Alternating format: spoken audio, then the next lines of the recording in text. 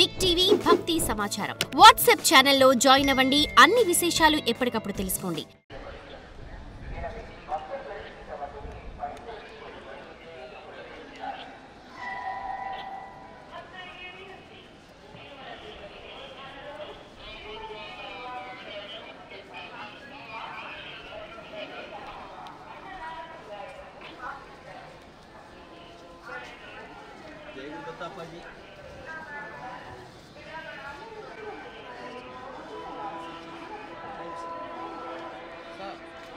Sir office Mohan राज sir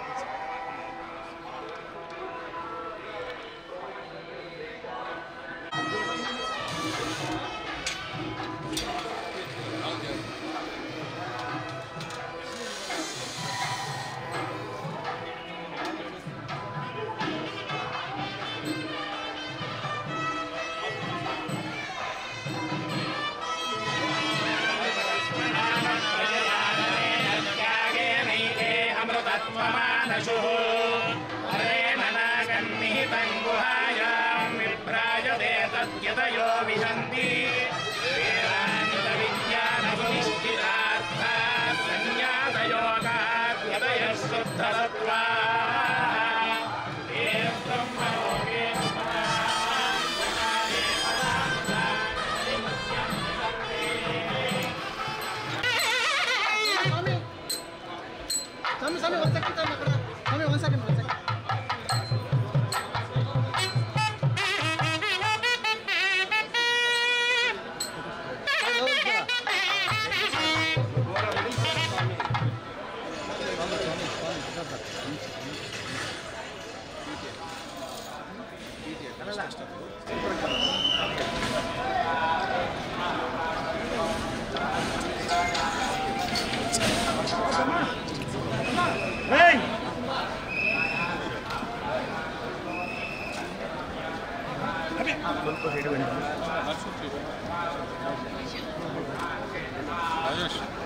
स्वामी okay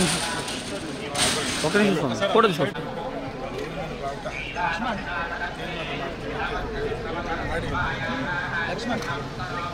hello అన్నా గుడి ముందు ఉన్నా ఒక 5 నిమిషాలు ఉన్నా ఫోన్ చేస్తాను హలో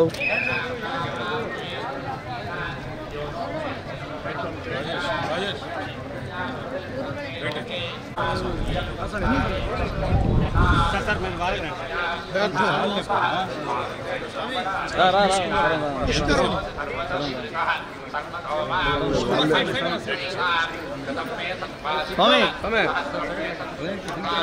बाहर स्वामी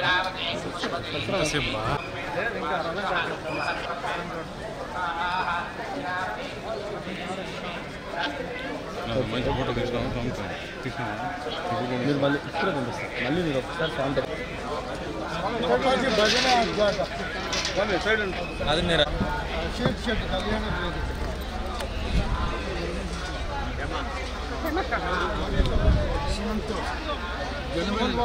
స్వామి యొక్క మంత్రంలోనే మనమంతా తెలుసుకోవచ్చు. కళ్యాణ అద్భుత గాత్రాయ కామితార్థ ప్రదాయ. కామితార్థాలతో ఉండినటువంటి ప్రపంచంలో ఉండిన ప్రతి జీవికి కూడా స్వామి సిద్ధిని కలిగించేటువంటి అంటే వాళ్ళు అనుకున్నటువంటి కోరికలన్న తీర్చేటువంటి స్వామి అని మనకు ప్రసిద్ధిగా ఉండేటువంటి అటువంటి గోవిందుణ్ణి ఈ అటువంటి గోవిందుణ్ణి మనం దర్శనానికి ప్రతి సంవత్సరం రావటం ఒకటి పద్ధతిగా పెట్టుకున్నాం. ఈ గోవిందుడి యొక్క దర్శనం అంటే యోగంలో ప్రకారంగా 7 చక్రాలు, ఆ 7 చక్రాలు దాటి మన మాడిలో ఉండేటువంటి శాస్త్రంలో ఉండేటువంటి స్వామి యొక్క దర్శనమే గోవిందుడు. కలియుగ వరదుడు అని చెప్తున్నాం. కలియుగం వస్తూనే ఇక కృష్ణుడు వైకుంఠానికి వెళ్ళే సందర్భంలో అక్కడ నారదాది వీళ్ళందరూ కూడా అడిగినప్పుడు ఆ సమయంలో నేను కలిదేవుడిగా మళ్ళీ ఇక్కడికి ఈ ఒక క్షేత్రానికి వస్తున్నానని చెప్పారు. ఈ క్షేత్రము ఈ కొండలంతా యోగ క్షేత్రం దీన్ని ఇటువంటి ఈ యోగ క్షేత్రంలో మనమందరూ కూడా ఆ తిరుమల 7 కొండలు అంటూ ఉండగానే 7 చక్రాలు, అటువంటి 7 చక్రాల్లో ఉండినటువంటి సమస్త దేవతలు కూడా ఇక్కడ అందరూ ఉన్నారు. ఇక్కడ 333 కోట్ల దేవతలు ఈ శాలిగ్రామ్, ఈ కొండంతా శాలిగ్రామ్. అందుకని ఎవరు చెప్పులు వేసుకోకూడదు అంటాం. శాలిగ్రామం మీద మనమంతా నిలుస్తున్నాం, మన భాగ్యం. అటువంటి పెద్ద కొండనే శాలిగ్రామం. ఇక ఆయన చెప్పడానికి వీలు లేదు. ఒకప్పుడు అందరితో మాట్లాడేవాడు, ఒకప్పుడు ఆకాశరాజుతో అందరితో మాట్లాడే సందర్భంలో జనం ఎప్పుడు ఎక్కువ భక్తులయ్యారో రాయిగా నిలిచిపోయాడు. ఇప్పుడు అందరూ కూడా ఆయన దగ్గర వచ్చి చెప్పుకుంటున్నాం, కష్ట సుఖాలు చెప్పుకుంటున్నాం, స్వామిని దర్శనం ఇస్తున్నాం. అల్పతృప్తుడు. ఒక్క పైసా మీరు వేసామనుకుంటే 10 పైసలు ఇస్తాడు. అటువంటి చాలా సంతోషపడేటువంటి వాడు. సమృద్ధిగా కురిపించాలని కూడా ఆయనకు లేదు. ఒక్క రూపాయి వేయండి చాలు అంటాడు. అటువంటి స్వామి దర్శనం చాలా అద్భుతమైనటువంటి తిరుమల తిరుపతి దేవస్థానం వారు కూడా ఆ యాజమాన్యం కూడా వచ్చేటువంటి ఆ ద్రవ్యాన్ని చాలా సద్వినియోగం చేస్తున్నారు. ఎన్ని పాఠశాలలు, ఎన్ని హాస్పిటళ్ళు, ఎన్ని ఛత్రాలు, ఇవన్నీ కార్యక్రమాలన్నీ చేస్తున్నారు. అద్భుతమైనటువంటి కార్యక్రమాలు స్వామి ముఖాంతరంగా తాను చేయిస్తున్నాడు అని చెప్పవచ్చు. అటువంటి స్వామి దర్శనానికి ఎవరు అడిగారు, స్వామీజీ మీరు ఎందుకు వచ్చారు? ఎందుకు రాకూడదు? ఎప్పుడూ నేను ఇక్కడే ఉండాలని న్యాయంగా వచ్చిపోయే వ్యవహారమే లేదు, నేను ఇక్కడే ఉన్నాను. ఎందుకు వచ్చారంటే ఒక పెద్ద ఆలయం ఒకటి కడుతున్నాం, నరసింహస్వామి ఆలయం కడుతున్నాం. ఇక్కడ యోగా నరసింహకు చెప్పి రావాలా అనే దృష్టితో రావటం ఒకటి. తర్వాత అమెరికాలో ఒక పెద్ద ఆలయం కడుతున్నాం, వెంకటరమణ స్వామి. వెనుక ఒక పర్యం చెవులో వేసి అయ్యా కడుతున్నాం, నువ్వు కూడా అక్కడికి వచ్చాయి అని చెప్పడానికి వచ్చాం. మా సంబంధం వేరే, అది నా మాటలు వేరే, నేను చెప్పడం వేరే. అటువంటి గోవిందుడిని దర్శనం చేస్తున్నారు. మీరందరూ కూడా నెమ్మదిగా చేయండి, అవాంతరం పడద్దండి, తొక్కుసలాడు ఆడుకోవద్దండి. ఏదేదో కార్యక్రమాలు మనం చేస్తూ ఉంటాం. ఏదో అప్పుడప్పుడు మనకు తాపత్రయాలు అవుతుంటాయి. యజమాని మీద చెప్పకూడదు, మన జవాబుదారీ కూడా ఉంటుంది. అది జ్ఞాపకం పెట్టుకోండి. మన జవాబుదారీ, మనము డిసిప్లిన్గా క్రమశిక్షణతో స్వామి దర్శనం చేయండి. ఆ అమృతాన్ని మనం అందరూ కూడా తిందాం, లడ్డు ప్రసాదాన్ని, ఆ రొట్టెని తిందాం. ఆయన తిన్నాడు కళ్యాణ సందర్భంలో. అటువంటి అద్భుతమైనటువంటి మూర్తి కలియుగంలో అసలు మనకే కాదు, మొత్తంలో ఉండిన ప్రపంచంలో ఉండిన ప్రతి మానవాళి కూడా దర్శనం చేయాలి. నేను అదే వేడుకున్నా, ఇంకోటి వేడుకున్నా. యుద్ధ భయం మనకు అందరికీ వస్తుంది, చాలా బాధపడుతున్నాం. ఎవరో యుద్ధం చేస్తే మనకు తాపత్రయం అవుతూ ఉంటుంది. ఆయిల్కి కానీ లేక డబ్బులకు కానీ చాలా తాపత్రయపడుతుంటాం.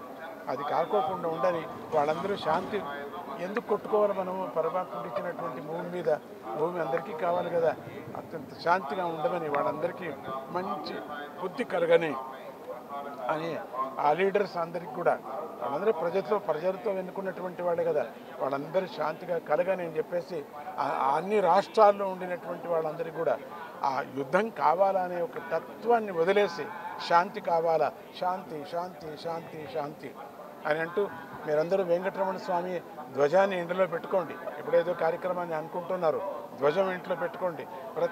ప్రతి భక్తుడు కూడా వెంకటరమణ స్వామి, నేను హిందువులేని చెప్పలేదే, ప్రతి భక్తుడు కూడా వెంకటరమణ స్వామి యొక్క ధ్వజాన్ని ఇంట్లో పెట్టుకోండి. మీకు మంచిది, శుభమవుతుంది. మీకు గోవును రక్షించండి, గోవుల్ని నాశనం చేయొద్దండి. గోవు క్షీణించినటువంటి గోవుకు ఒక అరటిపండు ఇవ్వండి.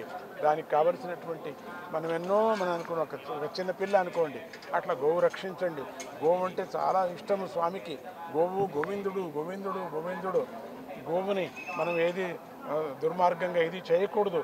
గోవుని పూజించకపోయినా పర్వాలేదు, దానికి కొంచెం భిక్ష పెట్టండి, ఆహారం పెట్టండి అని స్వామిని కూడా అదే వేడుకున్నారు. నువ్వు గోవులు నువ్వే రక్షించుకోవాలా, జనంలో ఆ బుద్ధి పుట్టాలా అని అంటూ ఇక్కడ ఉండేటువంటి యాజమాన్యాన్ని కూడా అందరికీ కూడా ఆశీర్వాదం ఇవ్వటం జరిగింది. స్వామిని వేడుకున్న అందరికీ కూడా నువ్వు వాళ్ళకి సద్బుద్ధిని కలిగించు, క్షమించు అని అందరికీ మళ్ళీ చెప్తూ మనందరినీ క్షమించని స్వామి అని వేడుకుంటూ, జై గోవింద గోవింద గోవింద. దత్తుడు ఒకడే, గోవిందుడు ఒకడే, నాకు ఇద్దరు ఒకటే. ఒక జ్ఞానాన్ని ఇచ్చేటువంటి వాడు దత్తుడు, భోజనం ఇచ్చేటువంటి వెంకటరమణ స్వామి. అందుకే ఇద్దరు ఒకటే మనకు. భక్తి జ్ఞాన వైరాగ్యాన్ని ప్రసాదించేటువంటి వెంకటరమణ స్వామి. వెంకటరమణ స్వామి అంటే పాపాలు వెళ్ళిపోతాయి. గోవిందా అంటే చాలు గుండెలో కొట్టుకుంటుంది. నైవేద్య సమయంలో గుండె కొట్టుకుంటుంది, గంట కొడతారు కదా, చూడండి మీరు, వినండి మీరు, గోవింద గోవింద గోవింద గోవింద అని అంటూ ఉంటుంది గంట. మనం కూడా అనాలి కదా గోవింద. అప్పుడు ఆ సందర్భంలో మీరు వినండి. ఎంతోమందికి తెలియదు, తర్వాత తెలిసింది, ఓ అవునవును అని. కాన్సన్ట్రేషన్ చేస్తే గోవింద అని అంటారు. ఇక్కడ ప్రతి చెట్టు, ప్రతి గేటు గోవిందుడే కనపడుతున్నాడు. మీరందరూ గోవిందుడిలాగా కనపడుతున్నారు. హరి ఓం కృష్ణ హరి కృష్ణ కృష్ణ జయ Govinda. For more videos like this, subscribe Big TV channel.